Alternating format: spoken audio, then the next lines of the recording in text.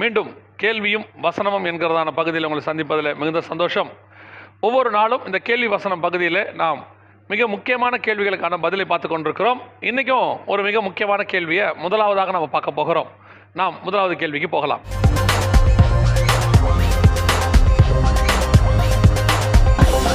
இவங்க என்ன கேட்டிருக்கிறாங்க அப்படின்னு கேட்டால், வெளிப்படுத்தின விசேஷம் 18ஆம் அதிகாரத்தில் மகா பாபிலோன் விழுந்தது அப்படின்ற வசனம் வருது.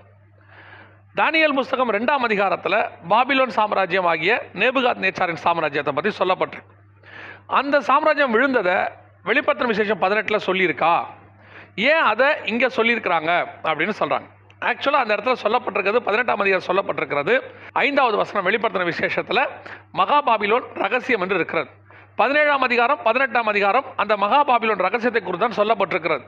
இந்த ரகசியம் என்பது என்ன, எதை குறிக்கிறது என்றால், பாபிலோனியதான ஸ்பிரிட், அந்த பாபிலோனிய ஆவி ஒன்று கிரியை செய்கிறது. இது நேபுகாத் நேச்சார் இல்லை, அதுக்கு முன்னாடியிலிருந்து இருக்குது. எங்கே இருக்குன்னா, ஆதியாகமம் 11ஆம் அதிகாரத்திலேயே அவங்க பாபேல் கோபுரம் கட்டுறாங்க.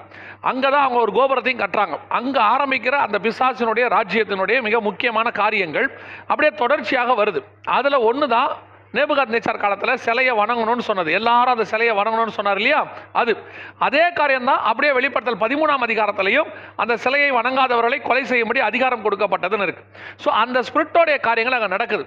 கடைசியாக அது எங்கே வருது அப்படின்னா, ரோம் நகரத்துக்குள்ளே வருது. வெளிப்படுத்தின விசேஷம் 17ஆம் அதிகாரம் 9வது வசனத்தில் 7 மலை உள்ள நகரம் அப்படின்னு இருக்கு. அந்த மகா பாபிலோன் ரகசியம், அந்த பாபிலோனிய காரியங்கள் எல்லாம் ரோம் நகரத்திலிருந்து ஆளுகை செய்ய தொடங்கும். அதான் நம்ம சொல்கிறோம், அந்திகிறிஸ்து கடைசியாக ரோம் நகரத்திலிருந்து வருவான்னு சொல்லி. அந்த ரோம் நகரம் வீழ்ச்சியை குறித்தான் மகா நகரம் 3/4 பங்காக விழுந்தது அப்படின்னு வசனம் சொல்லுது. ஸோ அந்த ரோம் நகரத்தினுடைய வீழ்ச்சி, அந்திகிறிஸ்துனுடைய ஆட்சியினுடைய வீழ்ச்சி தான் அங்கே சொல்லப்பட்டிருக்கிறதே ஒழிய, நேபுகாத் நேச்சாருடைய ஆட்சி வீழ்ச்சி அடைந்தது கிமு 700 முடிஞ்சிருச்சு. ஏன்னா 538 கோரேஸ் மன்னர் வந்துட்டார். அதாவது மேதிய பெர்ஷிய சாம்ராஜ்யம் வந்துருச்சு. அப்பவே ஆட்சி முடிவுக்கு வந்துருச்சு. ஆனால் முழுவதுமாக அந்த ஸ்பிரிட் முடிவுக்கு வர்றது எங்கே இருக்குன்னா 18ஆம் அதிகாரத்தில் சொல்லப்பட்டிருக்கு. அதனால தான் அந்த இடத்துல மகா பாபிலோன் விழுந்ததுன்னு சொல்லப்பட்டிருக்கு. அது நேபுகாத் நேச்சாருக்கும் அதற்கும் எந்த சம்பந்தம் இல்லை. அது 11ஆம் அதிகாரம் ஆதியாகமத்தில் ஆரம்பித்ததான அந்த ஸ்பிரிட்டினுடைய முடிவை குறித்து அங்கே சொல்லப்பட்டிருக்கிறது. நாம் அடுத்த கேள்விக்கு போகலாம்.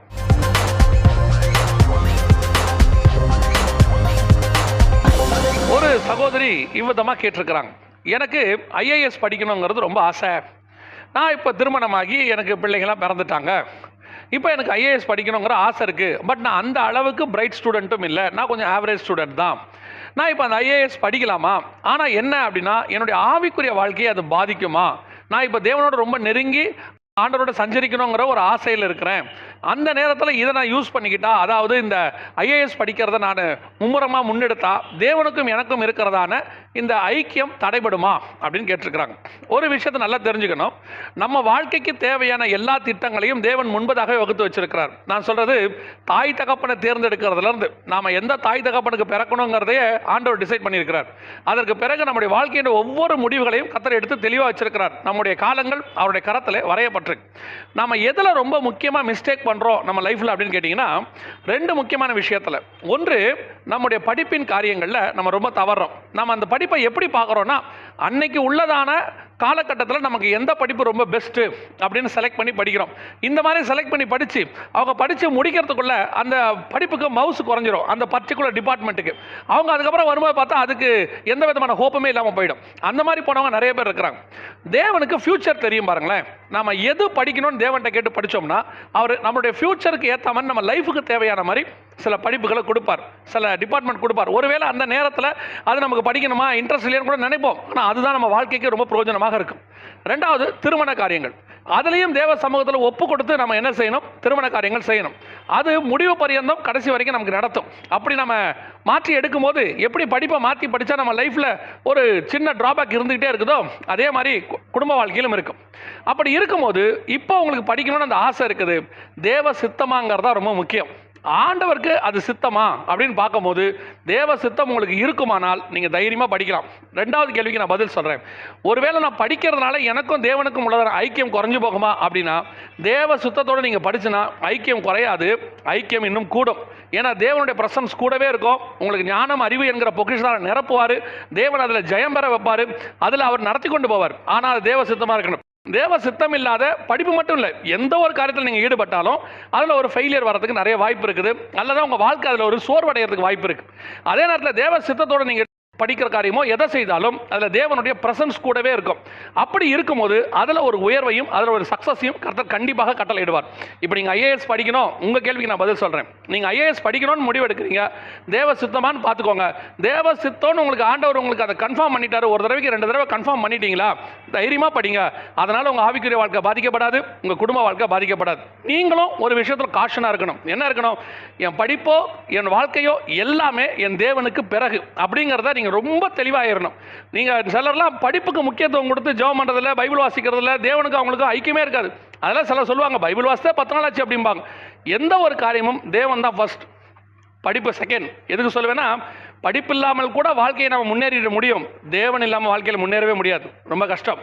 ஸோ அதனால் தேவ சித்தமாக இருந்தால் படிங்க, கர்த்தர் உங்களை அதில் உயர்த்துவார், ஆசீர்வதிப்பார். ஒருவேளை அதில் தேவன் லீடிங் இல்லைனா பரவாயில்ல, விட்டுருங்க. என் சின்ன வயசு ஆசையாச்சே. தேவனுக்காக ஒரு காரியத்தை விடும்போது கர்த்தர் உங்களை ஆசீர்வதிக்க வல்லமையுள்ளவராக இருக்கிறார். நாம் அடுத்த கேள்விக்கு போகலாம்.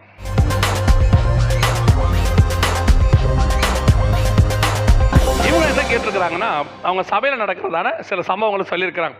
நான் அந்த அவங்கவுங்க சபையில் வச்சு நடக்கிறத வச்சு சொல்லும்போது நான் அதுக்கு ஒரு பதில் சொல்கிறேன். அதை நிறைய பேர் எப்படி எடுத்துக்கிறாங்கன்னா, எல்லாருமே இவர் இப்படி எல்லா சபையும் சொல்கிறாரா? இல்லை, அந்த பர்டிகுலர் சபையில் அப்படி ஒரு கேள்வி வருது, அவங்க என்னை கேட்குறாங்க, அவங்களுக்கு தான் நான் பதில் சொல்கிறேன். ஒருவேளை அந்த மாதிரி மற்ற சபையில் நடக்குமானால் அது அவர்களுக்கும் பொருந்தும். சரி, இவங்க என்ன கேட்டிருக்கிறாங்க அப்படின்னா, எங்கள் சபையில் பரிசுத்தத்தை குறித்து நல்லா பேசுகிறாங்க, எந்த பிரச்சனையும் இல்லை. அதே நேரத்தில் பணத்தை பற்றியும் ரொம்ப பேசுகிறாங்க, ஆசீர்வாதத்தை பற்றியும் பேசுகிறாங்க. இப்போ நான் ரொம்ப கன்ஃபியூஸ் ஆகிறேன். இப்போ பரிசுத்தம் பேசுகிறவங்க பணத்தை பற்றி பேசலாமா, பணத்தை பற்றி பேசுகிறவங்க பரிசுத்தம் பேசலாமா அப்படின்னு சொல்லி எனக்கு கன்ஃபியூஷனாக இருக்குது அப்படின்னு சொல்கிறாங்க. நல்லா தெரிஞ்சுக்கொள்ளுங்க, ஒரு சபை என்பது எல்லா உபதேசங்களும் நிறைந்தது தான் சபை.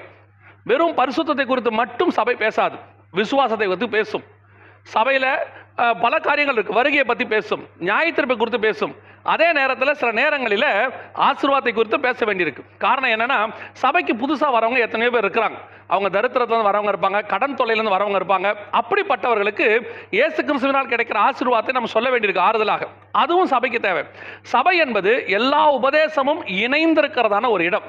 இப்போ என்ன மாதிரி ஆட்கள் எடுத்துக்கிட்டீங்க, நான் வருகையை பற்றி பேசுகிறேன், நியாயத்தீர்ப்பை பற்றி பேசுகிறேன். முக்கியமாக நான் அதை தான் நான் ஃபோக்கஸ் பண்ணுவேன். காரணம், நான் அதில் மெயினாக இருக்கிறாள். காரணம், நான் அதில் ஒரு டீச்சர். ஆனால் சபை நடத்துகிற மெய்ப்பனுக்கு அப்படி அல்ல. பலதரப்பட்ட மக்கள் வருகிறதுனால எல்லா மக்களுக்கும் செய்தி கொடுக்க வேண்டி இருக்குது. அதாவது ஒரு சமநிலை விசுவாசி இருப்பாங்க, அதே நேரத்தில் புது விசுவாசி வருவாங்க, ஒரு 10 வருஷமான விசுவாசியும் அங்கே உட்காந்துருப்பாங்க, ஊழியத்துக்கு ஒப்பு கொடுத்தவங்களும் அங்கே இருப்பாங்க. எல்லாருக்கும் செய்தி கொடுக்க வேண்டியிருக்கு. அப்படி இருக்கும்போது அவங்க இதெல்லாம் சேர்த்து தான் உங்களுக்கு கொடுப்பாங்க. அதே நேரத்தில் சபையில் வெறும் பணத்தை குறித்து மட்டுமே பேசுவதும் தவறு. வெறும் பணம், வெறும் ஆசீர்வாதம், வெறும் ப்ராஸ்பரிட்டி, வெறும் கிருபை, இதை பற்றி மட்டுமே பேசுறது அதுவும் தப்பு. சபையில் எல்லா உபதேசமும் கொடுக்கப்படுது. நாங்கள் இருந்த சபைகள் எல்லாம் எங்களுக்கு எல்லா உபதேசமும் கொடுப்பாங்க. ரேராக ஆசீர்வாதத்தை பற்றியும் காணிக்கை பற்றியும் பேசுவாங்க. மற்றபடி எங்கள் ஆவிக்குரிய வாழ்க்கைக்கு இம்பார்ட்டன்ஸ் கொடுக்குற விஷயத்துக்கு தான் கான்சன்ட்ரேட் பண்ணுவாங்க. அப்படி பண்ணதுனால தான் இன்னைக்கு நாங்கள்லாம் ஒரு ஊழியக்காரராக வந்து நிற்கிற அளவுக்கு எங்கள் சபை எங்களை வளர்த்துருக்கு. நிறைய சபைகள் இன்னைக்கு அதை தான் கான்சன்ட்ரேட் பண்ணுறாங்க. ஒரு சில சபைகள் ஆசீர்வாதங்களிலும் பணத்தையும், நான் எப்பவும் சொல்லுவேன், பணத்தை குறித்து அதிகமாய் பேச வேண்டாம், ஆசீர்வாதத்தை குறித்து சொல்லணும். ஆனால் அதையே ஃபோக்கஸ் பண்ணக்கூடாது. அதிகப்படியாக அவங்க ஆவிக்குரிய வாழ்க்கைக்கு இம்பார்ட்டன்ஸ் கொடுக்கணும். அப்படி கொடுக்குற சபை நிச்சயமாக கண்மலையின் மேல் கட்டப்பட்ட வீடாக எந்த புயல் வந்தாலும் எந்த சோதனையிலும் நிற்கக்கூடிய சபையாக இருக்கும். ஆனால் சபையில் எல்லா உபதேசமும் அவசியமாக இருக்கிறது.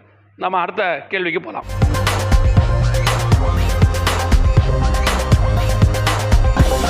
இவங்க என்ன கேட்டிருக்கிறாங்கன்னா, அவனை சபித்து, லூசிஃபரை சபித்து கீழே தள்ளினார் அப்படின்னு சொல்லப்பட்டிருக்கிறது. அப்போ அந்த லூசிஃபரை சபித்து கீழே தள்ளினாருங்கிற வேத பகுதி எங்கே இருக்குது, அந்த மாதிரி ஏதாவது சொல்லப்பட்டிருக்கிறதா அப்படின்னு சொல்லி இதோட இன்னொரு கேள்வி நான் சேர்த்துக்கிறேன். எந்த இடத்திலாவது பிசாசை லூசிஃபர் அப்படிங்கிற வார்த்தையில் ஆண்டவர் மென்ஷன் பண்ணியிருக்கிறாரா அப்படின்னு சொல்லியும் கேட்டிருக்கிறாங்க. ஆக்சுவலாக நீங்கள் பார்த்தீங்கன்னு சொன்னால் இந்த விஷயம் எந்த இடத்துல இருக்குது அப்படின்னா, ஏசாயா புஸ்தகம் 14ஆம் அதிகாரத்தில் இருக்குது. நான் வானத்துக்கு ஏறுவேன், ஆராதனை கூட்டத்துக்கு தலைவனாவேன். இந்த சம்பவம் தான் அங்கே சொல்லப்பட்டிருக்கிறது, அவன் தள்ளப்பட்டான்னு சொல்லி. அது மட்டும் இல்லை, எசேக்கியேல் புஸ்தகம் 28ஆம் அதிகாரத்திலும் இருக்குது. ஆனால் இங்கே எல்லாருக்கும் என்ன ஒரு சந்தேகம் அப்படின்னு கேட்டிங்கன்னு சொன்னால், இந்த எசேக்கியேல் 28 நீ தீரு ராஜாவை குறித்து புலமை தானே ஆரம்பிக்குது 12வது வசனத்தில், அப்படியே சொல்லிட்டு வருது. ஆனால் அந்த இடத்துல பிசாசை பற்றி சொல்லுதுங்கிறது எங்களுக்கு தெரியுது. ஆனால் ஏன் தீரு ராஜாவை பற்றி மட்டும் போட்டிருக்கு, ஏன் லூசிஃபர்னு சொல்லலை அப்படின்னு இருக்கு. இந்த கொஞ்சம் விளக்கத்தை நீங்கள் ஆவிக்குரிய விதத்தில் புரிஞ்சுக்கிட்டீங்கன்னா யூஸ்ஃபுல்லாக இருக்கும். பைபிளில் எப்போவுமே இந்த பிசாசு யாருக்குள்ளே இருக்கிறாங்களோ அவங்கள தான் பைபிளை அட்ரஸ் பண்ணும். நான் 2 சம்பவத்தை சொல்கிறேன். முதலாவது சம்பவம் தானியேல் புஸ்தகம் 10ஆம் அதிகாரம். அந்த 10ஆம் அதிகாரத்தில் தானியேல் ஜெபம் பண்றாரு, அவருக்கு பதில் வருது. அந்த பதிலை கொடுத்து விட்டு அந்த தூதன் சொல்லக்கூடியதான மிக முக்கியமான விஷயம் என்ன அப்படின்னு கேட்டிங்கன்னா, பெர்ஷியா தேச அதிபதி 21 நாளளவும் என்னோடு கூட எதிர்த்து நின்றான் அப்படின்னு இருக்கு. கொஞ்சம் யோசித்து பாருங்க, ஒரு உலகத்தின் ராஜா, பெர்ஷியாவுக்கு ராஜாவாக இருக்கிற ஒருத்தர், அது எந்த ராஜாவோ, அவர் எப்படி வானத்திலிருந்து வரக்கூடிய தூதனோடு கூட எதிர்த்து நிற்க முடியும்? அப்போ அந்த இடத்துல அட்ரஸ் பண்ணுறது யாரை அப்படின்னு கேட்டிங்கன்னு சொன்னால், பிசாசு அட்ரஸ் பண்ணுது. அந்த பெர்ஷியா தேச அதிபதிக்குள்ளே இருக்கிற பிசாசு. அந்த பிசாசு தானியேலையும் இந்த தூதனையும் சந்திக்க விடாமல் தடுக்குது. 2 பேருக்கு நடுவில் அது பிரிவினையாக இருக்குது. அதுதான் அங்கே சொல்லுது. சொல்லிட்டு அதே தூதன் என்ன வார்த்தை சொல்கிறான், எனக்கு உதவி செய்யும்படி மிகாவேல் வந்தான் அப்படின்னு சொல்லப்பட்டிருக்கு. மிகாவேல் என்ன செய்தாரா, உதவி செய்யும்படி வந்தார் அப்படின்னு இருக்கு. சரி, இந்த ஒரு பெர்ஷியா தேச அதிபதியை இந்த வானத்தில் வரக்கூடிய தூதனால ஜெயிக்க முடியாதா? இதுக்கு பிரதான அதிபதி வரணுமா அப்படின்னு கேட்டிங்கன்னா, பிரதான அதிபதி எங்கெங்கெல்லாம் வராருன்னு பார்த்தீங்கன்னா, எங்கெங்கெல்லாம் பிசாசு வருதோ அங்கெல்லாம் பிரதான அதிபதி வருவார். உதாரணமாக யூதா புஸ்தகத்தில் மோசேயின் சரீரத்தை குறித்து தர்க்கம் வரும்போது பிரதான அதிபதி கிட்ட பிசாசை எதிர்த்து பேசுறதுக்கு வருவார். அதே மாதிரி வெளிப்படுத்தின விசேஷம் 12ஆம் அதிகாரத்தில் யுத்தம் பண்ணும்போது அவர் வருவார். 20ஆம் அதிகாரம் வெளிப்படுத்தின விசேஷத்தில் பிசாசை சங்கிலியில் கட்டும் போது அவர் வருவார். அதே மாதிரி பிரதான ஆசாரியனாக யோசுவாவுடைய சரீரத்தில் அழுக்கான ஆடை தரிச்சிருப்பார். அந்த விஷயத்தில் வரும்போது மிகாவேல் வருவார், அந்த பிரதான அதிபதி. அந்த மாதிரி பிரதான அதிபதி எங்கெங்கெல்லாம் வருவார்னு பார்த்தீங்கன்னா, பிசாசு எங்கெங்கெல்லாம் வரானோ அங்கே வருவார். அப்போ இந்த இடத்துலையும் பிரதான அதிபதி வந்து சண்டை போடுறாருன்னா அது பிசாசோட தான் சண்டை போடுறார். இது முதலாவது சம்பவம். பிசாசு அங்கே இருக்கு, ஆனால் அட்ரஸ் யாருக்கு போது? பெர்ஷியா தேச அதிபதிக்கு. அதே காரியம் தான் 2வது எசேக்கியேல் 28ல் நீ தீரு ராஜாவை குறித்து புலம்பி அப்படின்னு இருக்கு. காரணம் என்னன்னா, அன்னைக்கு தீரு ராஜாக்குள்ள பிசாசு இருக்கு. நீ ஆதியில் ஏதேனில் இருந்தவன், நீ வந்து அவனுடைய ஆடை அலங்காரம் எல்லாத்த பற்றி அந்த இடத்துல சொல்லப்பட்டிருக்கு. ஸோ பிசாசை ஏன் லூசிஃபர்னு சொல்றதுன்னா, யாருக்குள்ள அவன் இருக்கிறானோ அவனை தான் அட்ரஸ் பண்ண முடியும், அதை பற்றி தான் அவனுக்கு சொல்ல முடியும். இப்போவும் பார்த்தீங்கன்னா பிசாசு யாருக்குள்ளேயாவது வரும், அது வந்து அவங்க மாதிரி தான் பேசும். ஏதேனுக்குள்ள வந்த பிசாசு சர்பத்துக்குள்ள வந்துச்சு. இந்த பிசாசு எப்பவுமே வெளிப்படையாக நேரடியாக நின்று எங்கேயும் பேசாது. அது நின்று பேசுறது யாருக்கிட்டன்னு பார்த்தீங்கன்னா, தூதர்கள்ட்ட பேசும், இயேசுகிட்ட பேசும். அதை தவிர்த்து மனுஷங்கிட்ட அது பேசும்போது மேக்சிமம், நான் சொல்கிறது மேக்சிமம் மனுஷங்கிட்ட பேசும்போது யாராவது ஒருத்தருக்குள்ளன்னு தான் பேசும். அது வந்து பாம்பாக இருக்கலாம், அல்லது வந்து தீரு ராஜாவாக இருக்கலாம், அது பெர்ஷியா தேச அதிபதியாக இருக்கலாம், யாருக்குள்ளேயா இருக்கலாம். அது யாருக்குள்ளே இருக்குதோ அதைத்தான் கர்த்தர் சபித்துள்ளார். இப்போது சர்பத்துக்குள்ளே இருந்துச்சு, கர்த்தர் சர்பத்தை சபித்தார். அதே மாதிரி தீரு ராஜாவை சண்டை போட்டார். அதே மாதிரி பெர்ஷியா தேச அதிபதியை ஜெயித்தார். இப்படி தான் இருக்குது பைபிளில். அதனால் லூசிஃபர்னு ஏன் சொல்லலை அப்படின்னா, அது யாருக்குள்ளே அவன் இருக்கிறானோ அவனை தான் பைபிள் அட்ரஸ் பண்ணுது. அதனால் நீங்கள் கேட்ட இந்த சம்பவம் ஏசாயா புஸ்தகம் 14ஆவது அதிகாரத்தில் சொல்லப்பட்டிருக்கு. நாம் அடுத்த கேள்விக்கு போகலாம்.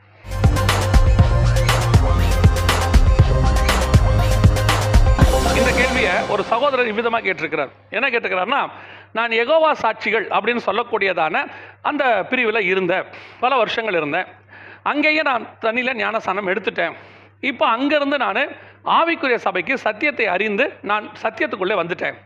இப்போ வந்த நான் ஞானஸ்நானம் எடுக்கணுமா அப்படின்னு கேட்டிருக்கிறாங்க. இது கூட இன்னொரு கேள்வியும் இருக்குது, அந்த கேள்வியும் நான் உங்களுக்கு சேர்த்து சொல்கிறேன். இப்போ முதலாவதாக இந்த யெகோவா சாட்சிகள் அப்படிங்கிறது உங்கள் எல்லாருக்கும் நான் சொல்கிறேன், அது கிறிஸ்தவத்தினுடைய ஒரு பிரிவே கிடையாது.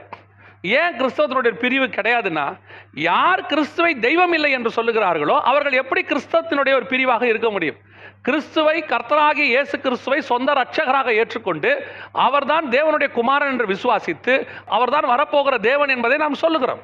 இந்த இயேசு கிறிஸ்துவை ஏற்றுக்கொள்ளாதவர்கள் எப்படி கிறிஸ்தவர்களாக இருக்க முடியும்? 1 யோவான் 2ஆம் அதிகாரம் 18வது வசனத்திலிருந்து வாசிச்சு பாருங்க, 22, 23வது வசனம் வரைக்கும் வாசிச்சு பாருங்க. அங்கே சொல்லப்படுகிற அழகான வசனம் என்ன தெரியுமா? மாம்சத்தில் வந்த இயேசுவை குமாரன் இல்லை என்று மறுதலிக்கிறவனை அல்லாமல் வேறு யார் பொய்யன், வேறு யார் அந்தி கிறிஸ்து? குமாரனையும் பிதாவையும் மறுதலிக்கிறவனே அந்தி கிறிஸ்துன்னு வசனம் தெளிவாக சொல்லுது. அப்படி இருக்கும்போது இப்போ இவங்க என்ன சொல்லுவாங்க, இவங்களோட பேசினா என்ன சொல்லுவாங்கன்னா, நாங்கள் இயேசுவை தேவனுடைய குமாரன்னு சொல்லலை, ஆனால் அவரை தேவன் கிடையாது அப்படின்னு. இயேசுவே ஒரு இடத்துல டைரக்டாக சொல்கிறாரு, என்னை கண்டவன் பிதாவை கண்டான்னு. நீங்கள் பிதாவை பார்க்கணுன்னா என்ன பாருங்கன்றாரு. உடனே அங்கே இருக்கிறவன் கல் எடுத்துக்கிறான். அவன் என்ன, நிறைய பேர் கேட்பாங்க, இயேசு எங்கேயாவது என்ன தெய்வம்னு சொல்லியிருக்கிறாரா? இயேசு யூதர்களுக்கு முன்னாடி டைரக்டாக அறிக்கையிடுறார். என்ன அறிக்கையிடுறார் தெரியுமா? பிதாவை கண்டவன் என்னை கண்டான், நான் பிதா, அந்த பிதாவுக்கு ஈக்குவல் நான் அப்படின்னு சொல்ல உடனே அங்கே இருக்கிறவங்க கல் எடுத்துக்கிறாங்க. ஏன் அவன் கல் எடுத்து அடிக்க வரணும்? யூதர்கள் அந்த இடத்துல கரெக்டாக சொல்கிறாங்க. என்ன வார்த்தை சொல்கிறாங்க? நீ மனுஷனாக இருக்க உன்னை தேவன் என்று நீ சொன்னாய், அங்கே இருக்கு. நிறைய பேர் நீ கேட்கறது என்ன தெரியுமா? எங்கேயாவது இயேசு தன்னை தேவன் சொல்லியிருக்கிறாரா, தேவன் சொல்லியிருக்கிறாரான்னு கேட்குறாங்க. வசனம் தெளிவா இருக்கு, நீ மனுஷனாக இருக்க உன்னை தேவன் என்று சொல்வானேன் அப்படின்னு இருக்கு. அப்படி அவர் இயேசு சொல்லியிருக்கிறாரு. சொன்னதுனால அவன் கல்லறிஞ்சு கொள்ள வரான். அப்படி இருக்கும்போது மாம்சத்தில் வந்த இயேசு கிறிஸ்துவை தேவன் என்று சொல்லாமல் அதை மறுதளிக்கிறவர்கள் கண்டிப்பாக கிறிஸ்துவாக இருக்க முடியாது. அவங்க கொடுக்குற ஞானசானமும் ஞானசானமாக இருக்காது. ஏன்னா ஞானசானம் எப்படி எடுக்கணும்? பிதா, குமாரன், பரிசுத்தாவின் நாமத்தில் எடுக்கணும். ஒரு சிலர் இயேசுவின் நாமத்தினால எடுக்கணும்னு சொல்றாங்க. இவர்கள் பிதாவை மறுதளிக்காதவர்களாக இருந்தால் அந்த ஞானசானத்தில் பிரச்சனை இல்லை. இவங்க பிதாவை மறுதளிக்கிறாங்க. பிதான்னு ஒன்று கிடையவே கிடையாது, ஒன்லி ஜீசஸ் மட்டும்தான் அப்படிங்கிறாங்க. அந்த 1 யோவான் 2ஆம் அதிகாரத்தில் வாசித்து பாருங்க. பிதாவையும் குமாரனையும் மறுதளிக்கிறவனை அல்லாமல் வேற யார் பொய்யன், வேற யார் அந்தி கிறிஸ்துன்னு இருக்கு. அதனால இந்த ஆட்கள் கொடுக்குறவங்க பிதா, குமாரன், பரிசுத்தாவை நம்ம ஏன் சொல்றோம்னா 3 பேரையும் நீங்க விசுவாசிக்கணும். அந்த 3 பேரும் ஒருத்தராக இருக்கிறாங்க. அந்த ஒரு தேவன் ஆண்டவராகிய இயேசு கிறிஸ்து. இந்த திருத்துவத்தை அவர்கள் ஏற்றுக்கொள்ளுகிறதில்லை. அப்படி இருக்கும்போது அவர்கள் கொடுக்கிற ஞானசானமும் ஞானசானம் இல்லை. அதனால தான் நம்ம சபைகளுக்கு வரும்போது நாம் திருப்பி அவர்களுக்கு ஸ்நானம் கொடுக்குறோம், ஞானசானம் கொடுக்குறோம், தண்ணியில் மூழ்கி கொடுக்குறோம். இதுக்கு 2வது கேள்வி ஒன்று இருக்குது. அது என்ன கேள்வி அப்படின்னு கேட்டிங்கன்னா, ஒவ்வொரு சபைக்கு நான் மாறி போகிறேன். ஒருத்தர் கேட்டிருக்கிறார், நான் ஒரு சபையிலேருந்து இன்னொரு சபைக்கு போகிறேன், அப்போ நான் இந்த சபையில் ஞானசானம் எடுத்துகிட்டு ஆவிக்குரிய சபை தான், அந்த சபைக்கு போகும்போது நாங்கள் எடுக்கணுமா? அவசியம் இல்லை. ஒரே ஞானசானம் தான். அந்த ஞானசானம் கரெக்டானதாக இருக்கணும். என்கிட்ட இந்த விதமாக கேட்டாங்க, நான் குழந்தையிலேயே ஞானசானம் எடுத்துட்டேன், எனக்கு கொடுத்துட்டாங்க, ஒரு ஞானஸ்நானம் தானே பைபிளில் போட்டிருக்கு, நான் திருப்பி ஞானஸ்நானம் எடுக்கணுமா? ஞான ஸ்நானம் என்றால் என்ன அப்படின்னா, ஞானம் வந்த பிறகு எடுக்கிற ஸ்நானம் தான் ஞான ஸ்நானம். ஞானம் எப்போ வரும்? நீதிமொழிகள் 1:7 சொல்லுது, கர்த்தருக்கு பயப்படுதலே ஞானத்தின் ஆரம்பம். எப்போ கர்த்தருக்கு பயப்படுவோம்? தீமை விட்டு விலகுதலே கர்த்தருக்கு பயப்படுகிற பயம். எப்போ ஞானஸ்நானம் எடுக்கணும்? கர்த்தருக்கு பயந்து தீமை விட்டு விலகி நான் பாவத்துக்கு மரித்து பரிசுத்தத்துக்கு உயிர் தெழுகிறேன்னு சொல்லி மாம்சத்தில் வந்த இயேசு கிறிஸ்துவை, கர்த்தராக இயேசு கிறிஸ்துவை விசுவாசித்து, தேவனுடைய குமாரன் விசுவாசித்து தண்ணீரில் மூழ்கி எடுக்கணும். அந்த ஞானஸ்நானத்தை நீங்கள் எடுத்தீங்கன்னா இன்னொரு தடவை நீங்கள் எடுக்க வேண்டிய அவசியம் கிடையாது. இதை எடுக்காமல் வேறு எப்படி நீங்கள் ஞானஸ்நானம் எடுத்திருந்தாலும் திருப்பி கண்டிப்பாக ஞானஸ்நானம் எடுக்க வேண்டியது அவசியம். அதுதான் இங்கே சொல்லப்பட்டிருக்கிறது. ஸோ ஞானஸ்நானத்தை குறித்து உங்களுக்கு கொஞ்சம் தெளிவாகிருக்கும்னு நான் நம்புகிறேன். ஞானஸ்நானம் என்கிறதான ஒரு செய்தியை தனியாகவே நாங்கள் போட்டிருக்கிறோம். ஒருவேளை உங்களுக்கு சந்தேகம் இருக்குமானால் அந்த மெசேஜை நீங்கள் பாருங்கள், அது யூடியூப்பில் இருக்குது. நாம் அடுத்த கேள்விக்கு போக போகிறோம்.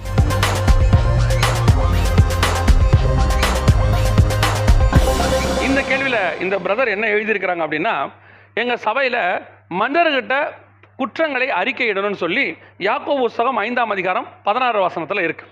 அதனால் சபையில் கம்யூனியன் எடுக்கிறதுக்கு முன்னாடி அவங்கவுங்க குற்றங்களை ஒருத்தர்கிட்ட போயிட்டு பாவங்களை நீங்கள் அறிக்கையிடுங்கன்னு சொல்கிறாங்க எங்கள் சபையில். ஸோ இப்போ நாங்கள் எல்லாரும் ஒவ்வொருத்தர்கிட்ட போய் அவங்க என்னென்ன பாவம் செஞ்சோன்னு சொன்னால் தான் எங்களுக்கு கம்யூனியனே கொடுப்பேன்னு சொல்கிறாங்க. இது சரியா அப்படின்னு கேட்குறாங்க. இப்போ நல்லா கவனிச்சுக்கொள்ளுங்க, மனுஷனுக்கு விரோதமாய் செய்த குற்றங்கள் உண்டு, தேவனுக்கு விரோதமாய் செய்த பாவங்கள் உண்டு. அந்த இளையகுமார் சொல்கிற வார்த்தை பாருங்க, தகப்பனே நான் உமக்கும் பரத்துக்கும் விரோதமாய் பாவம் செய்தேன். அப்போ 2 விதமான பாவம் இருக்குது. மனுஷனுக்கு விரோதமாக செய்த பாவத்தை நீங்கள் கண்டிப்பாக மனுஷங்கிட்ட என்ன செய்யணும்? நீங்கள் ஒப்புரவாகணும். இப்போ உதாரணமாக சகையு சொல்கிறார், அவர் சொல்கிற வார்த்தை என்ன? நான் எவனிடத்திலாவது அநியாயமாய் வாங்கியிருப்பேனால் நாளத்தனையை திருப்பி என்ன செய்கிறேன்? கொடுத்துட்றேன் அப்படிங்கிறார். மத்தேயு 5ஆம் அதிகாரம் 26வது வசனத்திலிருந்து நீங்கள் வாசித்து பாருங்க. இயேசு சொல்கிற வார்த்தை என்ன? முதலில் நீ போய் உன் சகோதரனோடு கூட ஒப்புரவாகு, பின்பு வந்து காணிக்கையை செலுத்து. நீங்கள் மனுஷனுக்கு விரோதமாக ஏதாவது செஞ்சுருந்தீங்க, திட்டிருந்தீங்க, கோவப்பட்டிருந்தீங்க, அடிச்சிருந்தீங்க, இல்லை அவரை ஏமாத்திருந்தீங்க, பணத்தை ஏமாத்திருந்தீங்க, அதை கண்டிப்பாக திருப்பி தரணும். தராமல் உங்கள் பாவம் மன்னிக்கப்படவே படாது. நிறைய பேர் என்ன நினைக்கிறாங்கன்னா, ஒரு ஆளை நல்லா பணத்தை ஏமாத்திறது, அப்புறம் நான் ரட்சிக்கப்பட்டேன்னு சொல்லிட்டு என் பாவம் எல்லாம் மன்னிக்கப்பட்டுருச்சு அப்படின்னு நினைக்கிறாங்க. மன்னிக்கப்படாது. உங்களுடைய பாவம் மன்னிக்கப்படும். ஆனால் நீங்கள் அநியாயமாய் சம்பாதித்த அந்த பணம், அதை லஞ்சத்தில் வாங்கினீங்களோ, அல்லது வட்டி கொடுத்து வாங்கினீங்களோ, அல்லது ஏமாற்றி வாங்கினீங்களோ, அல்லது அநியாயமாக கேஸ் போட்டு வாங்கினீங்களோ, இல்லை அவர்களுக்கு தெரியாமல் களவாடிக்கிட்டு வந்தீங்களோ, எந்த பொருளாக இருந்தாலும் திருப்பி கொடுத்துடணும். கொடுக்காமல் அது சரி வராது. முழு பாவ மன்னிப்பு உங்களுக்கு வராது. இயேசு சொல்கிற வார்த்தை நல்லா கவனிங்க. அவன் சொல்கிறான், எல்லாவற்றையும் நாளத்தினே திருப்பி தரேன்னு சொன்ன பிறகுதான் ஆண்டவர் சொல்கிறாரு, இப்பொழுது இந்த வீட்டுக்கு ரட்சிப்பு வந்ததுன்னு சொல்கிறாரு. அவன் அந்த கட்டாத்தி மரத்துலேருந்து இறங்கும் போதும் சொல்லலை, கூட நடந்து வரும்போது சொல்லலை, பேசிக்கிட்டு இருக்கும்போது சொல்லலை. எப்போ அவன் தன் பாவ நிவர்த்தியை செய்கிறானோ அங்கே சொல்கிறார். அதே மாதிரி நீங்கள் அநியாயமாக மனுஷனுக்கு விரோதமாக செஞ்சுருந்தா கண்டிப்பாக திருப்பி தரணும், மன்னிப்பு கேட்கணும், ஒப்புரவாகணும். அதே நேரத்தில் நீங்கள் பரத்துக்கு விரோதமான பாவங்கள் இருக்கு, உள்ளான பாவங்கள், கண்களின் இச்சை, மாம்சத்தின் இச்சை, ஜீவனத்தின் பெருமை, இன்னும் மாம்சத்தின் கிரியைகள் ஆவணன்னு சொல்லி கலாத்தியர் 18, 19, 20 வசனத்தில் இருக்கு. இதெல்லாம் நீங்கள் செஞ்சுட்டு அதை மனுஷங்கிட்ட சொல்லணுன்ற அவசியமே கிடையாது. நீங்கள் போயிட்டு என்ன செய்ய வேண்டிய அவசியம் இல்லை. யாரையாவது இச்சையோட பார்த்துட்டீங்கன்னா உடனே அவங்ககிட்ட போயிட்டு என்னை மன்னிச்சுக்கோங்க, நான் இன்னைக்கு காலையில் 10 மணிக்கு உங்களை இச்சையோட பார்த்துட்டேன், இனிமேட்டு பார்க்க மாட்டேன்னு சொல்ல வேண்டிய அவசியமே கிடையாது. அது அதுக்கப்புறம் தான் பாவமாக மாறிடும். அது பரத்துக்கு விரோதமாக செய்த பாவம். அதை தேவனிடத்தில் தான் சொல்லணும். நீங்கள் மனுஷனோட ஒப்புரவாடியது கொஞ்சம் இருக்கு, தேவனோட கூட ஒப்புரவாகினது இருக்கு. அப்படி மனுஷங்கிட்ட செஞ்சதுக்கு மனுஷங்கிட்ட சொல்லணும். அதே நேரத்தில் தேவனுங்கிட்ட நீங்கள் செய்யறது, தேவனுக்கு விரோதமாக செஞ்சது, பரத்துக்கு விரோதமாக, இதெல்லாம் யாருக்கிட்டையும் சொல்ல வேண்டிய அவசியமே கிடையாது. இது ஒரு பழக்கமாக மாறி இன்னைக்கு மனுஷங்கிட்ட போய் பாவ அறிக்கை செய்து பாவ மன்னிப்பை பெற்றுக்கொண்டோங்கிற நிச்சயத்தில் கொஞ்சம் பேர் இருக்கிறாங்க. தேவன் பாவத்தை மன்னிச்சாதான் மன்னிப்பு, மனுஷன் மன்னிச்சா மன்னிப்பு இல்லை.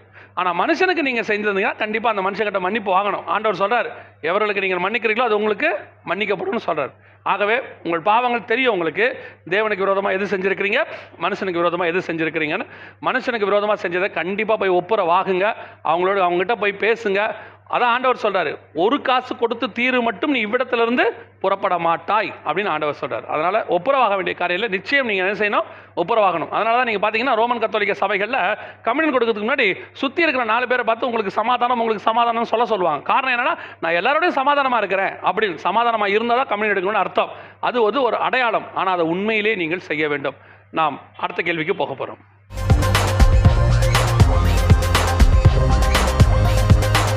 அடுத்த கேள்வி இவங்க என்ன கேட்டிருக்கிறாங்கன்னா, மத்தேயு 15:26 கானானே ஸ்திரியை பற்றின சம்பவம் வருது. அந்த இடத்துல அந்த அம்மா இயேசுகிட்ட போகிறாங்க. போய் கேட்டபோது அவங்ககிட்ட என்ன கேட்குறாங்கன்னா, என் பிள்ளை இப்படி இருக்குன்னு கேட்குறாங்க. அப்போ இயேசு யூஸ் பண்ணுற வேர்ட், பிள்ளைகளின் அப்பத்தை எடுத்து நாய்க்குட்டிகளுக்கு போடுவானேன் அப்படின்னு கேட்குறாங்க. இதுக்கு பின்னாடி ஏதாவது ஆவிக்குரிய சத்தியம் இருக்கா? ஏன்னு சொன்னால், பிள்ளைகள் அப்பத்தை எடுத்து நாய்க்குட்டின்னு சொல்கிறாரே அப்படி. இதை பற்றி நாங்கள் தெளிவாக ஒரு செய்தியில் சொல்லியிருக்கிறோம்.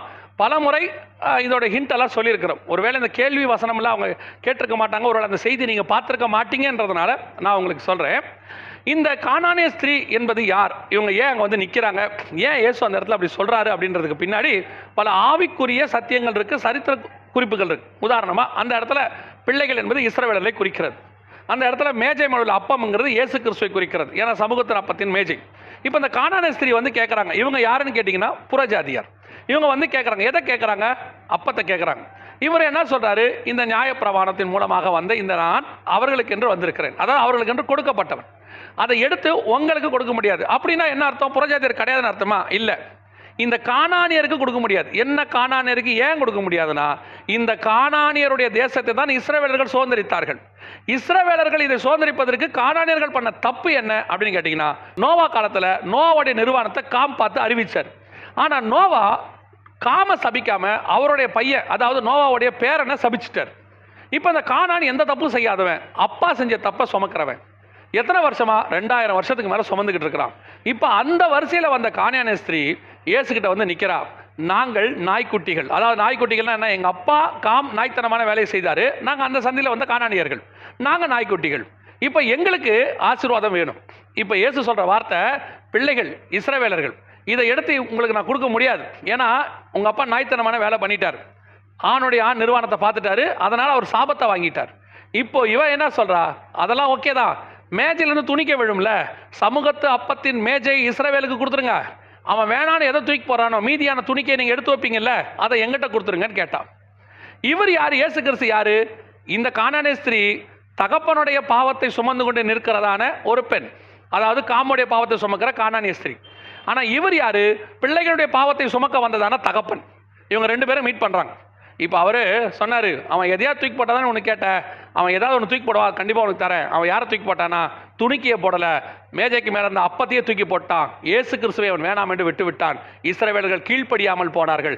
அதன் நிமித்தம் இந்த புறஜாதியராகிய நமக்கு அந்த இயேசு கிறிஸ்துவை கிடைத்து விட்டார். இதுதான் அந்த இடத்துல இருக்கிற ஆவிக்குரிய சத்தியம். இயேசு யாரையும் ஹர்ட் பண்ணி பேசவே மாட்டார், அவருக்கு பேசவும் தெரியாது.